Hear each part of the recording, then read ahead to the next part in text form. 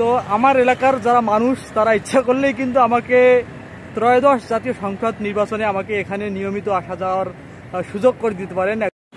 Hello viewers, this is Taij Barman এবং এখন যে রাস্তাটা দিয়ে আমি হাঁটছি সেটা হচ্ছে মূলত জাতীয় সংসদ ভবনের সম্মুখ দিকে রাস্তা, অর্থাৎ এই দিক থেকেই জাতীয় সংসদ ভবন দেখা যায়। আমি সেই রাস্তা দিয়ে হাঁটছি, আপনারা দেখছেন। আর এখানে এর আগেও বহুবার আমি ছবি তুলেছি, বহুবার আমি ভিডিও করেছি।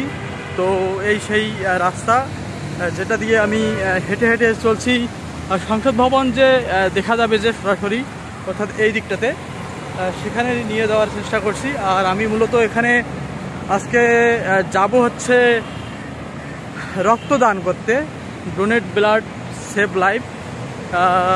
আমার এক বন্ধু যে আমাকে একটু কল করলেন, কল করে আমাকে বলল যে আমার রক্তের গ্রুপ কি। আমি বললাম যে আমার রক্তের group B plus, B positive.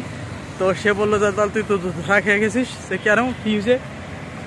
বললো যে একজন এমার্জেন্সি ব্লাডের প্রয়োজন, সেজন্য আমি তাড়াহুড়া করে চলে আসলাম এবং রক্ত দিব। এদিকে গাড়িগুলো চলছে অনেক স্পিডে, মানে এই রাস্তাটাতে যতটুকু মানে যে পরিমাণ প্রয়োজন, যে গতিতে যাওয়া প্রয়োজন সেই গতিতেই গাড়িগুলো যাচ্ছে।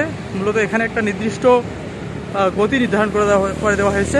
যাই হোক, তো আমরা প্রায় কাছাকাছি চলে এসেছি জাতীয় সংসদ ভবনের যে সম্মুখপ্রান্ত, সেই সম্মুখপ্রান্ত কাছাকাছি চলে এসেছি। এই দিকটাতে আমি পিছন ক্যামেরা দিয়ে আপনাদেরকে দেখাবো। তো ঠিক আছে, ওকে।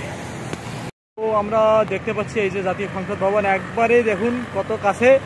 তো আমার এলাকার যারা মানুষ তারা ইচ্ছা করলেই কিন্তু আমাকে ত্রয়োদশ জাতীয় সংসদ নির্বাচনে আমাকে এখানে নিয়মিত আসা যাওয়ার সুযোগ করে দিতে পারেন একজন সংসদ সদস্য হিসেবে।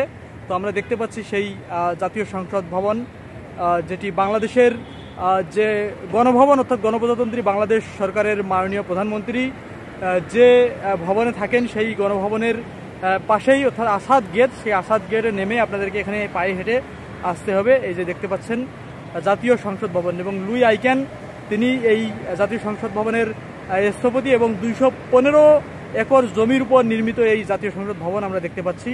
এবং সুবিশাল এক কক্ষ বিশিষ্ট ভবন। এখানেই মূলত দেশের সমগ্র যে মাননীয় সংসদ সদস্য মহোদয়গণ আছেন, তারা এখানে বসেই দেশের আইন এবং বিভিন্ন বাজেট কর্মসূচি এখান থেকেই তারা ঘোষণা করেন। তো আমরা দেখতে পাচ্ছি সেই জাতীয় সংসদ ভবন, আমাদের সেই national parliament, people republics of Bangladesh, গণপ্রজাতন্ত্রী বাংলাদেশ। তো আমরা এই 215 একর জমি মূলত এখান থেকে যে এর এরিয়া, এর সুবিশাল এরিয়া, এবং ওই দিকে যদি আমি দেখানোর চেষ্টা করি তাহলে ওই দিকটাতে আপনাদের কি আছে, ওই দিকটাতে আপনাদের মেট্রো রেলের যে লাইন, অর্থাৎ এদিকে আছে খামারবাড়ির পরেই মেট্রো রেলের লাইনটা চলে গেছে। তো আমরা দেখতে পাচ্ছি জাতীয় সংসদ ভবন। ওকে।